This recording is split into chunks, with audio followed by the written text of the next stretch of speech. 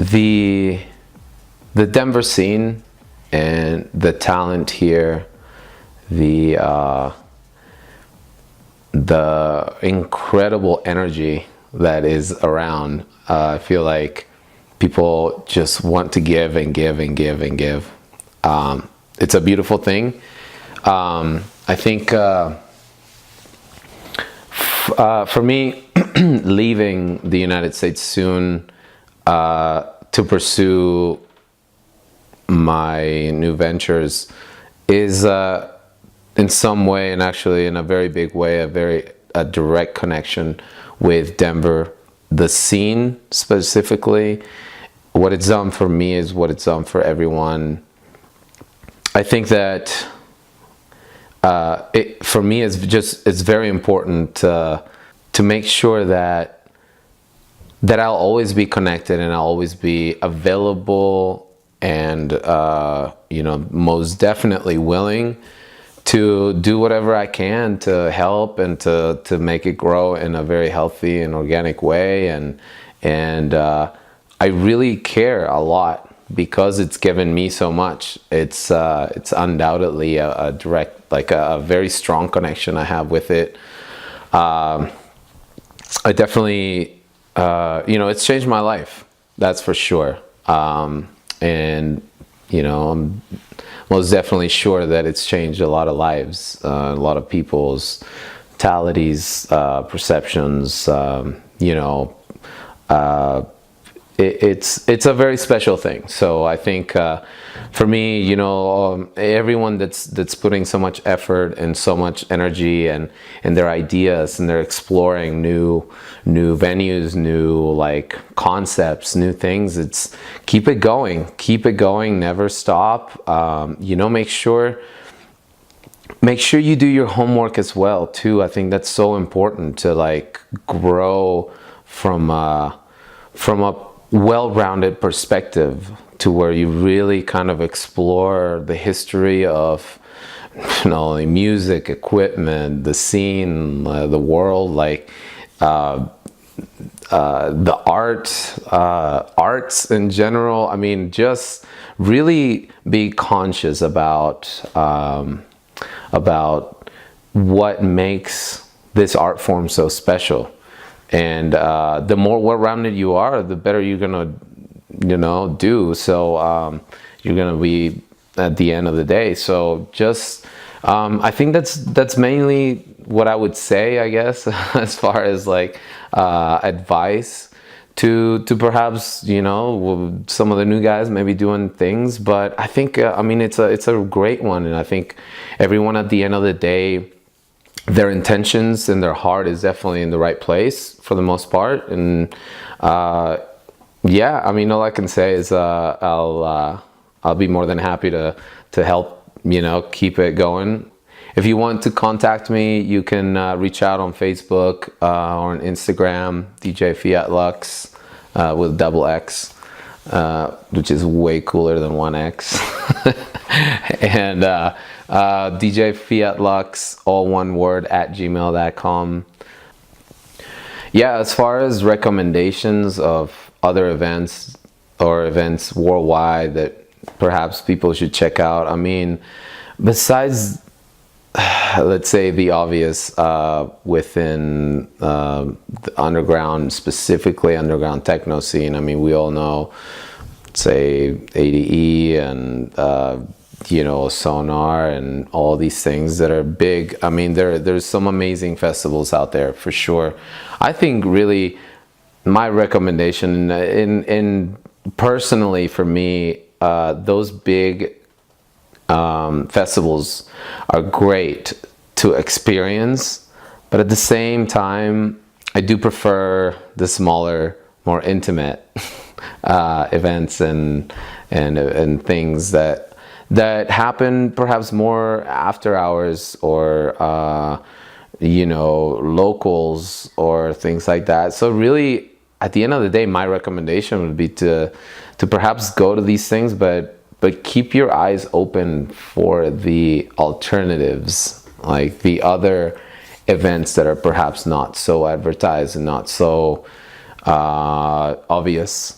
and I think you really find some really healthy gold mines like that are gonna really make you grow as a spectator, as a music fan, or you know, someone that appreciates the art. I think that's the most healthy, you know, recommendation I can give you. Any favorite memories or venues in Denver that had a profound impact on you, looking back?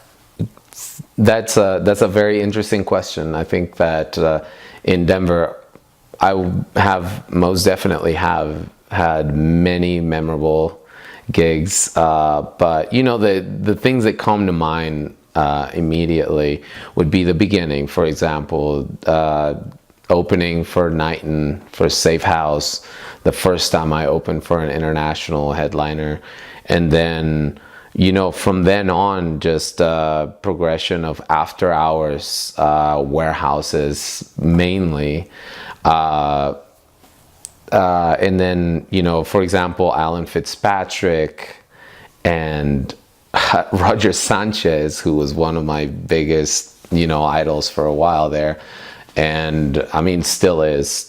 Much love to everything he does. I think, you know, amazing artists. Adriatic, I mean, you name it. It's been an amazing ride, and you know, I think there was definitely one very special one where when I finally had the chance to show my techno side, which I had been building up for so long that I really wanted to share. And this was a movement for the people that stayed in Denver that didn't go to Movement, and we stayed at Eko House, and we had an event there for basically come get your fix of techno here, and close that event. I think it was maybe a 3-hour set or something like that, and I mean, the energy and the response of this thing really changed me for sure. It was finally just a chance to express myself fully, and what I was really into. And I mean, there's no better feeling than that. I think every DJ will tell you that when you get the chance to share yourself freely. It's an incredible experience. So yeah, you know, among so many others, but you know, that come to mind. Those are definitely the most memorable ones. Give us details around Intimate, Eko House. Yeah, I guess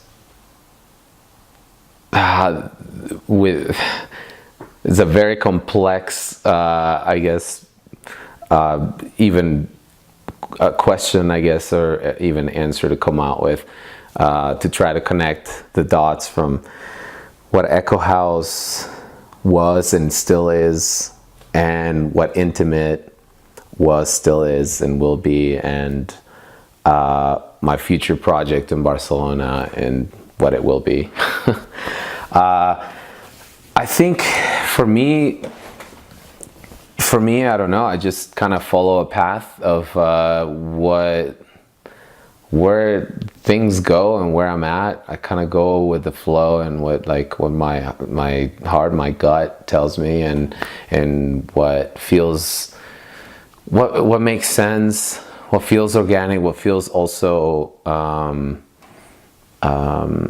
I guess what makes sense business wise, you know.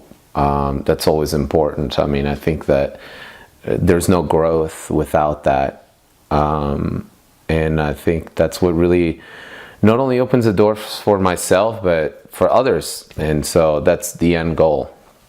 From the very beginning, Eko House was definitely that.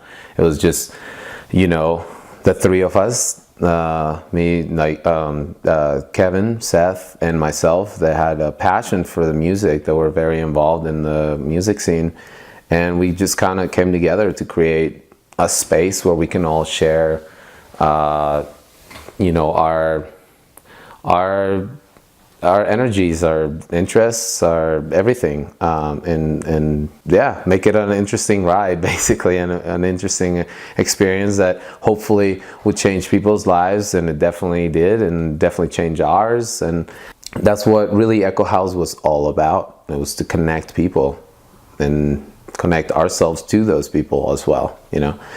I think for INTIMAT, it really, going back to where perhaps I started before Eko House, when I used to own a print shop here in Denver, and I used to have some after hours in the showroom of my print shop, where there was only like, you know, 6 to 10 people, and it was just some of the best experiences I've had in my life.